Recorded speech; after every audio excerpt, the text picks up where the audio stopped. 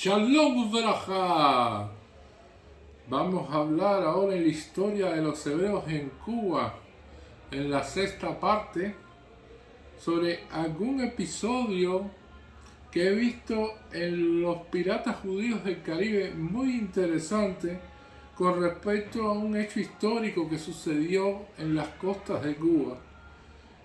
En el amanecer del 8 de septiembre de 1628, a bordo del buque insignia, el Ámsterdam, a unas millas del oeste de La Habana, Moisés Cohen Enríquez, judío, escaneaba los mares y aparecen a la vista los mástiles de la flota española de La Plata.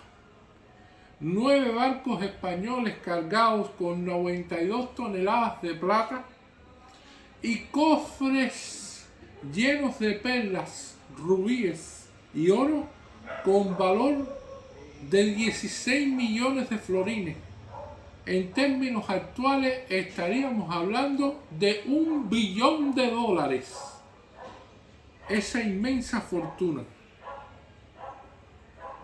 Ellos ya llevaban 2 semanas esperando ese momento, patrullando las costas, preparándose para atacar la flota de La Plata española.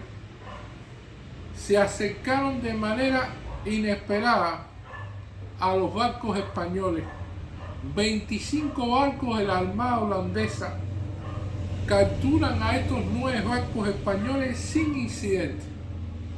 Pero hay además 3 de los galeones que lideran, incluido el Gran Almirante, que fueron dirigidos hacia la costa de Matanza. Le cortan el paso, no pueden entrar hacia el puerto de La Habana y entonces se dirigen hacia Matanzas. En Matanza el holandés hace una persecución implacable. Entra en la bahía de Matanza y se interlaza con 2 barcos españoles y sus soldados armados, soldados holandeses con espadas, pistolas y mosquetes, actúan y pelean mientras los españoles huyen y otros se rinden inmediatamente. El general español encargado de esta flota era el general Juan de Benavides y Barzán, que había partido del puerto de Veracruz en julio de 1628. Cuando ocurre toda esta situación, ese general Benavides huye por el río San Juan hasta un ingenio que se llamaba San Sebastián, donde se refugió allí. La flota de La Plata fue capturada en algo más de 3 horas sin la pérdida de un solo marino holandés. En enero ya del próximo año, en 1629, el vicealmirante Payen llega con el botín que le tomó 5 días descargar en Holanda y se tuvieron que usar más de 1000 carretas para transportar las cantidades de plata, oro, rubíes, todo tipo de piedras preciosas, perlas. En esta cuestión, Holanda en ese momento tenía la situación más terrible económica y había muchas deudas. Y Holanda vuelve a ser un país rico gracias a este botín. Y la compañía tuvo dividendos que en un 50% pasaron para preparar a la flota nuevamente para invadir Brasil. De ahí sale parte del dinero que se va a utilizar en la invasión a Brasil que habíamos visto anteriormente en el 5º capítulo de la historia de los hebreos en Cuba. Esta batalla que ocurre en las costas de Cuba y que entra tanto en el puerto de La Habana, en el puerto de Matanza, discúlpenme, fue sumamente significativa. Moisés Cohen Enríquez es el verdadero héroe atrás de esta historia, que es un judío que había hecho su bar mitzvah en 1616 y fue enviado como espía a la ciudad de Sevilla, donde había obtenido toda la información necesaria sobre la flota del Tesoro, cuáles eran las fechas tentativas para su llegada, para su partida, en qué momento se podría realizar un ataque, si el ataque era mejor hacerlo en el mar o hacerlo de manera terrestre antes de que cargaran los buques. Todos esos elementos fueron descritos por él y se preparó este plan maestro, conociendo todos estos datos de las fechas de partida y posible concentración de esta flota en La Habana. Lograron eliminar completamente y atracar esta flota española de La Plata. En cuanto al general Benavides, fue ejecutado el 18 de mayo de 1634 por cobardía en la ciudad de Sevilla. Habían más de 50 atentados registrados en la historia que había recibido la flota del Tesoro, en este caso la flota de La Plata, y solo esta vez, gracias a Moisés Cohen Enríquez, un judío que logró infiltrarse en Sevilla y lograr toda la información necesaria, supieron cómo atacar y lograr precisamente este hecho histórico que ocurrió en Cuba. Por otra de las cuestiones que se narran aquí en este libro, como dice en este pasaje, tan prontamente como abordamos, los españoles salieron nadando y huyeron despavoridos. En un minuto se subió la bandera de las Provincias Unidas y se bajó la de los Castillos y Leones de España. Hemos llegado al buque almirante.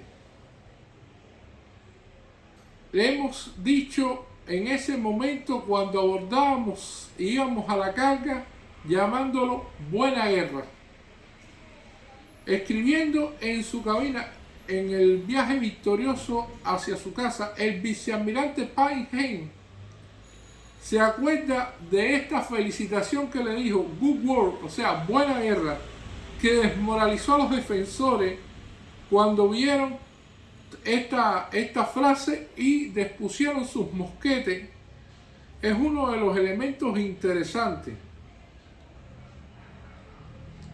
Dice, nosotros descargamos y cargamos La Plata tan pronto fue posible y la dividimos en todos los barcos. Teníamos más de 2.851 grandes piezas, todas juntas de plata. Es uno se puede decir, de las victorias navales más grandes que hayan existido en esa época. Y fue un golpe desmoralizador para España, donde los judíos tuvieron una participación activa, y fue en Cuba. Otro elemento histórico que también he podido recopilar de este libro, me dicen que en el año 1596, don Melalejo de Córdoba, como gobernador de Jamaica, informa al rey de España. Y es un momento crucial porque en esa época había un litigio en ese momento con Jamaica nuevamente sobre la familia de Colón. Y este gobernador, que es enviado por el rey de España, viene a tomar cartas al asunto y analizar cómo se comportaba en ese momento esta colonia, cuando analiza en su carta y en su informe hacia el rey de España que el pirata hebreo, conocido como Mota el Portugués, que tiene descendientes tanto en Panamá como en Jamaica, era acusado junto a su socio Abraham, que tenía negocios de contrabando, juegos ilegales y sobre todas las cosas más preocupantes, libros prohibidos por la Iglesia, que es un elemento también interesante a tener en cuenta, en el cual dice don Melgarejo de Córdoba, dice: esto trae una mala semilla sobre los nativos y los negros esclavos con estos libros prohibidos, los cuales estaban contrabandeando tanto en Cuba como en Jamaica. Son elementos también interesantes que nos da otro elemento más de un pirata judío que también hacía contrabando en Cuba, y en este caso estamos viendo también literatura. En cuanto a la Enciclopedia Judaica Castellana, continúa que la Inquisición cubana siguió su campaña contra la judaizante hasta fines del siglo XVIII, como lo demuestran los juicios contra el judío portugués Vicente Gómez Coello en 1689, Jacob Núñez López en 1712, el fraile judaizante José Díaz Pimienta en 1717 y Juan Rodríguez Mesías y Antonio Santaella en 1783 y muchos otros. Como en otros países americanos bajo dominio español, la metrópoli ejercía el monopolio del comercio e impedía el desarrollo económico de sus colonias. Desde el siglo XVI, la base de la riqueza cubana no fue ya su comercio español, sino precisamente el comercio ilícito, que los judíos jugaron un papel destacado, algo que hemos dicho aquí, y hemos hablado muchísimo del contrabando y todos los demás elementos. Y fueron los ingleses los que mostraron las inmensas posibilidades que tenía la isla de Cuba y sus riquezas naturales. A raíz de la ocupación de La Habana en 1762 por los ingleses, y el sistema monopolista fue modificado por los mismos españoles en 1764. En su expedición cubana, el almirante Verno utilizó los servicios de un intérprete judío también que lo ayudó, y varios judíos habían de distinguirse en las luchas cubanas hasta la independencia del país.